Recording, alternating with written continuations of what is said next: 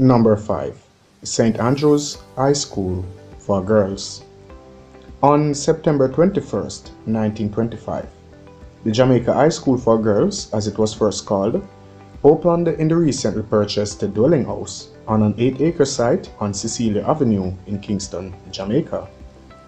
The Centenary Synod of the Presbyterian Church in Jamaica decided that this was a fitting way to celebrate its anniversary, and in partnership with the then Wesleyan Synod of Jamaica had started the venture. The aim of the school was set forth by the promoters to provide a secondary education for boarders and day scholars. It would aim at the Christian education of each girl, keeping in mind the fourfold development: physical, mental, spiritual, and social, essential to equip her with a healthy body, a well-trained mind, religious habits, and ideals to gain her own living and to serve her community worthily. The school started with 10 day girls and 11 boarders, but grew rapidly so that by October 1929, when it was recognized by the School Commission for granting aid, there were 153, of whom 51 were boarders. At this time, the name was changed to St. Andrew High School. The estimated cost for the whole range of buildings to be erected section by section was £6,000 sterling. It is reasonable to assume that by the time this building was completed in 1942, far more than the original estimate had been spent. In 1944, the block of buildings to the west, comprising large and small laboratories, the recreation room, and the library, was built, while in the 1950s, an additional laboratory, 4 new form rooms to the northwest, and a new hall were built, and 6 Cecelio Avenue was purchased.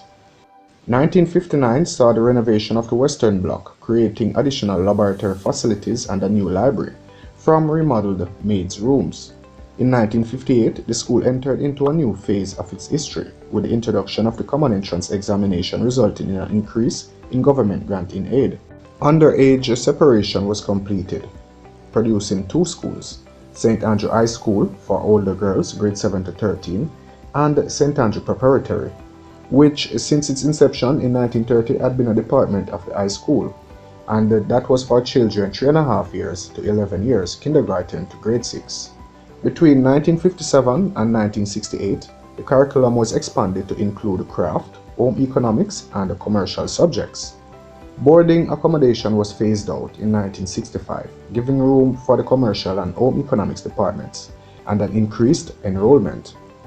An elegant library was constructed from funds raised by parents and old girls of the school to facilitate the ever-growing population. In addition, the Mary Dawson swimming pool was also constructed. After 1968, the school expanded from 3 streams to 4 streams. With this expansion came 1 additional block which provided new science laboratories. This was accomplished with the assistance of the Ministry of Education. Within this period also, it was found necessary to double the size of the school's library, and so Phase 2 was completed. The population had now grown to 880 students, and the tuck shop was found to be inadequate to serve the needs of the student body. As a result, the canteen was expanded to provide covered areas with seating accommodation. The kitchen was also upgraded and a storeroom built. An audiovisual center was completed in 1977 to help enhance the learning environment. This self-help project was accomplished with some assistance from the Ministry of Education and was spearheaded by the Golden Jubilee Committee to mark the school's 50th anniversary. In 1978, a shift system was put in place, enabling the school population to be increased to 1,320 students. At this time, the students themselves raised funds and a much-needed school bus was purchased. In 1983, the Faye Saunders Counseling Center was constructed to facilitate the increased need for student guidance. By 1988, the school family had raised the essential funds to start the vocational block, to upgrade the facilities for art, craft, food and nutrition, clothing and textiles, computer science, and business education. This building was completed for the start of the 1988 to 1989 academic year, and was made possible through a loan of $1 million from the Victoria Mutual Building Society. With the construction of the M. Joan Reader vocational block in 1988, the school was able to revert to a 1-shift system. By 1991, the problems which had been created by the 2-shift system in relation to the school environment, personal attitudes and performance were diminishing. In 1991, the school gave birth to a separate tertiary department, replacing the commercial 6th form unit. The St. Andrew Business College then provided graduates with additional options to obtain training and certification at the middle management level. This unit was upgraded to the St. Andrew Community College in 1993 and established links with the University of Technology, offering year 1 of the Diploma in Business Administration. The college, however, was closed in August 2001. Number 4. Hampton School.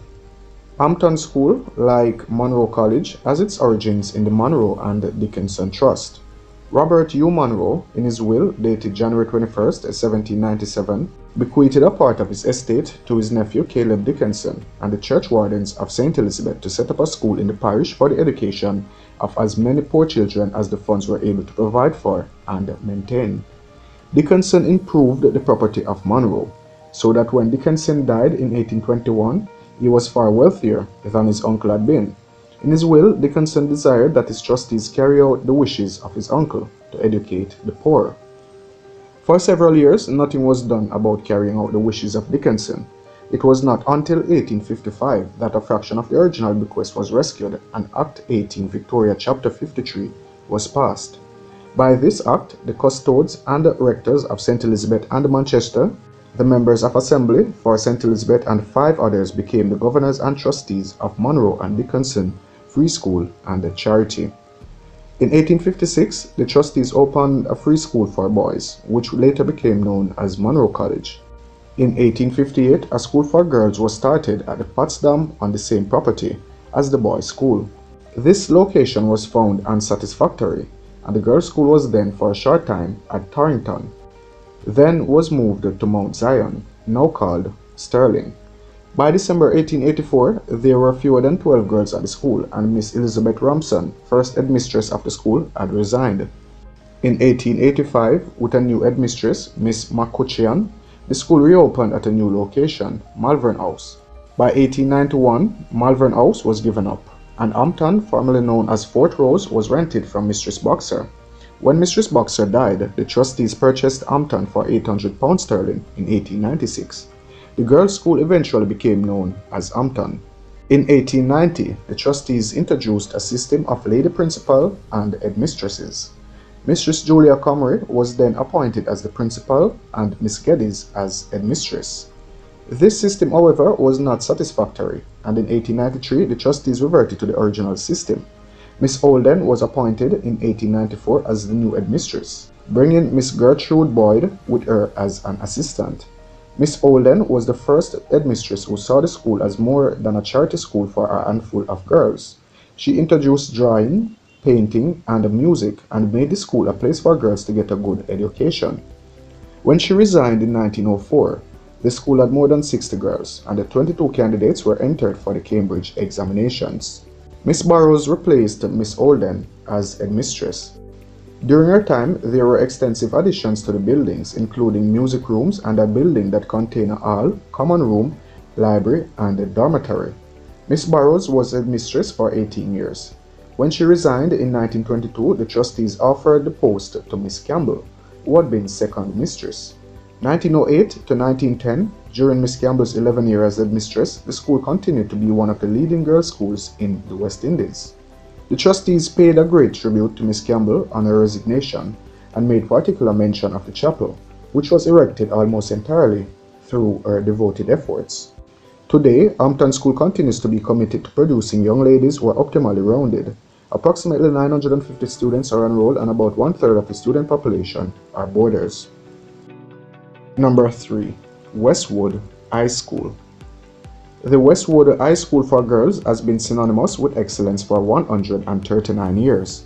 This school has consistently been in the top 10 schools in Jamaica, averaging between 93 to 97% across all subjects in the Caribbean Examinations Council, that's the CXC, exams over the years. The ladies of Westwood have also entered various competitions for high schools across the island, including TVJ's School Challenge Quiz, where they placed second in 2017.